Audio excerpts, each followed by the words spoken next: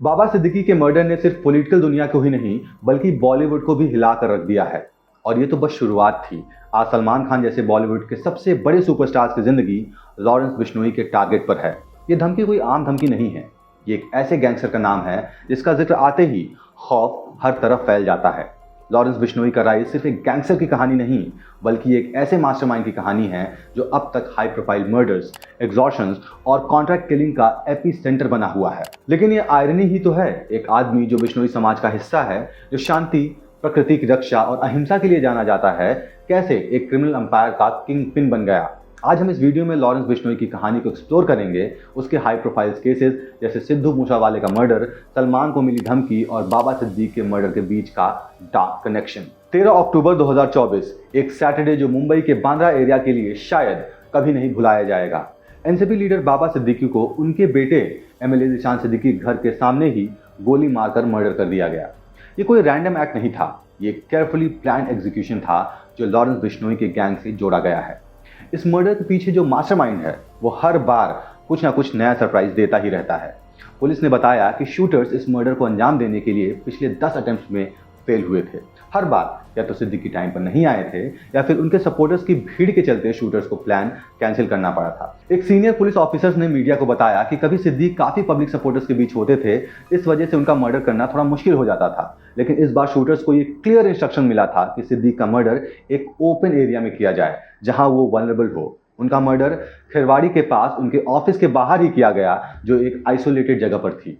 अब तक मुंबई पुलिस ने इस केस में 4 लोगों को अरेस्ट किया है, जिसमें एक 24 साल का हरीश कुमार निषाद भी शामिल है जो यूपी के किसारगंज से पकड़ा गया है। निषाद ने पुणे से एक सेकेंड हैंड बाइक खरीदी थी जिस पर 60,000 का खर्चा प्रवीण लोंकर ने दिया था, जो इस मर्डर का एक और अक्यूज्ड है। निषाद ने यह बाइक उसकी बाबा सिद्दीकी के मूवमेंट को ट्रैक करने के लिए दिया था और बाद में यह बाइक शूटर्स को कुर्ला में हैंडओवर की गई। इस मर्डर की प्लानिंग पुणे में 3 महीने पहले ही रची गई थी और शॉकिंग बात यह है कि शूटर्स ने यूट्यूब वीडियो देखकर मर्डर करना सीखा था। यह केस मुंबई पुलिस के लिए एक बड़े चैलेंज के रूप में उभर कर सामने आया है, जिसमें लॉरेंस बिश्नोई गैंग का शैडो हर तरफ दिखाई दे रहा है। लॉरेंस का नाम इस मर्डर के मास्टरमाइंड के रूप में बार बार उभर कर सामने आ रहा है। सलमान खान का नाम सिर्फ बॉलीवुड के सबसे बड़े स्टार्स में ही नहीं बल्कि लॉरेंस बिश्नोई की हिट लिस्ट में भी सबसे ऊपर है। ये धमकी 1998 के ब्लैक बक पोचिंग केस से जुड़ी हुई है, जिसमें सलमान खान पर आरोप लगे थे कि उन्होंने ब्लैक बक का शिकार किया था, और स्पीशीज जो बिश्नोई समाज के लिए पवित्र मानी जाती है। यहाँ पर बिश्नोई समाज वाइल्ड लाइफ और प्रकृति की रक्षा को अपने धर्म का एक हिस्सा मानती है।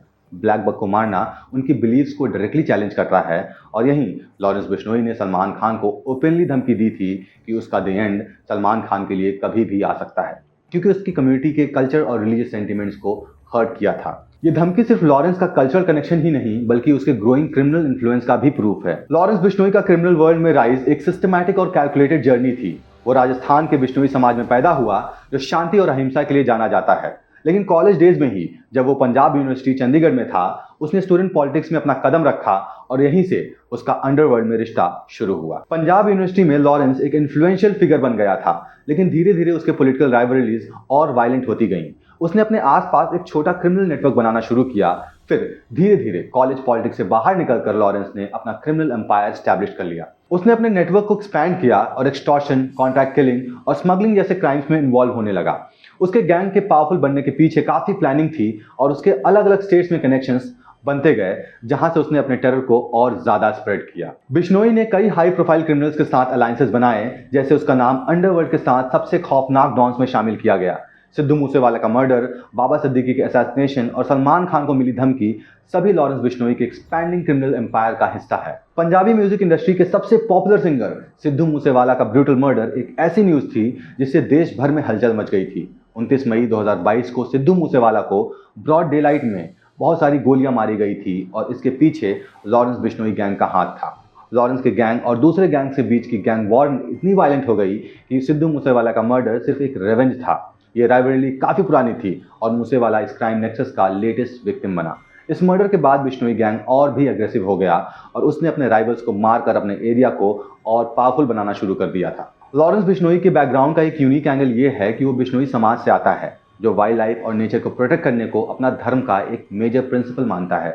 बिश्नोई कम्युनिटी का विकास 18वीं सेंचुरी के एंड में राजस्थान के कुछ रीजन्स में हुआ था, जहां इन्होंने ब्लैक बक्स और दूसरे वाइल्ड लाइफ स्पीशीज की रक्षा अपने लिए एक आदर्श बनाया था।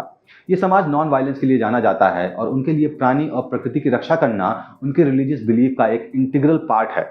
इस कम्युनिटी का मूल मंत्र है जीव दया, यानी कि जीवों के प्रति दया और करुणा दिखाना। इस धर्म के अनुसार किसी की भी जान लेना या फिर प्राणियों को नुकसान पहुंचाना उनके लिए अनाथमा है। इस समाज की कल्चरल आइडेंटिटी ब्लैक बक की प्रोटेक्शन और वाइल्ड लाइफ के प्रति उनका डिवोशन है। बिश्नोई समाज ने अपने अनुशासन के तहत ये सिखाया है कि प्राणियों की रक्षा उनका धर्म है, और इसी वजह से लॉरेंस ने सलमान खान को धमकी दी थी जब खान ने ब्लैक बक का शिकार किया था। इस घटना ने लॉरेंस के नाम को नॉट ओनली क्राइम से जोड़ दिया बल्कि उसकी सामाजिक आइडेंटिटी को भी बहुत प्रभावित किया था। लॉरेंस ने यह कहा था कि उन्हें उनके समाज के लिए जस्टिस चाहिए, लेकिन उनका ये अप्रोच उनकी कम्युनिटी के प्रिंसिपल से बिल्कुल ही अलग था। लेकिन आयरनी यह है कि जो आदमी अपने कल्चरल बिलीफ के नाम पर वाइल्ड लाइफ को प्रोटेक्ट करने की बात करता है, उसी आदमी ने अपने एक्शन से वायलेंस और टेरर का एक राज स्टैब्लिश किया है। इस कॉन्ट्रडिक्शन को समझना थोड़ा मुश्किल है। क्या वो सच में अपने समाज के लिए लड़ रहे हैं या फिर सिर्फ अपने एम्बिशंस और पावर के लिए? लॉरेंस का कैरेक्टर एक पैराडॉक्स है। वो अपने ही कम्युनिटीज के वैल्यूज को यूज करता है अपने क्राइम्स को जस्टिफाई करने के लिए, लेकिन उसके असली टीचिंग से ही बिल्कुल अपोजिट जाता है।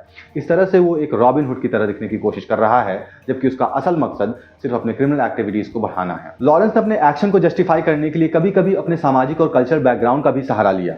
वो कहता है कि उनका गुंडा राज सिर्फ इसलिए है क्योंकि वो उन लोगों को प्रोटेक्ट कर रहा है जो उनके खिलाफ है, जैसे कि वो गैंग राइवल्स। यहाँ यह भी देखा गया है कि उन्होंने इस अप्रोच को यूज करके अपने फॉलोअर्स और गैंग मेंबर को इंस्पायर किया, जिससे कि उन्हें एक यूनिक आइडेंटिटी मिल जाए और उनके लिए लॉयल्टी को बढ़ावा देती है। इस प्रकार वो एक ड्यूअल आइडेंटिटी का सामना करते हैं। एक तरफ वो सामाजिक रक्षक हैं, जबकि दूसरी तरफ वो गैंग वायलेंस और क्राइम का नेता भी है। लॉरेंस बिश्नोई की कहानी ये दिखाती है कि कैसे एक इंडिविजुअल अपने कल्चरल रूट्स को यूज करके अपने वायलेंट एक्टिविटी को जस्टिफाई कर सकता है। इस कॉन्ट्रडिक्शन ने न सिर्फ उनका पर्सनल आइडेंटिटी बल्कि उनकी कम्युनिटी की भी तस्वीर बदल जाती है।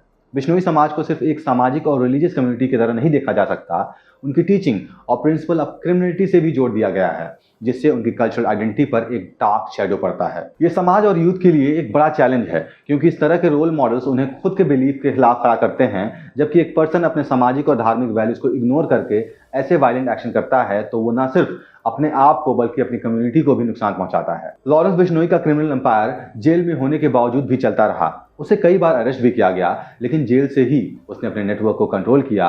वहीं से उसने हाई प्रोफाइल मर्डर्स, एक्सटॉर्शन और गैंग वॉर्स को सब कुछ जेल से ही मैनेज किया। और ये दिखाता है कि लॉरेंस के नेटवर्क का रीच और पावर कितना ज्यादा बढ़ गया है। मुंबई पुलिस ने अब तक बाबा सिद्दीकी के मर्डर केस में 4 अरेस्ट किए हैं और ये इन्वेस्टिगेशन अभी भी चल रही है।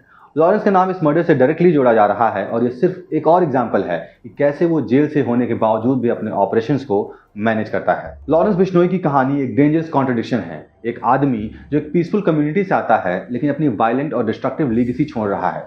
बाबा सिद्दीकी का मर्डर, सिद्धू मूसेवाला का असैसिनेशन और सलमान खान को धमकी, सब कुछ लॉरेंस के एक्सपैंडिंग क्रिमिनल एम्पायर का एक हिस्सा है।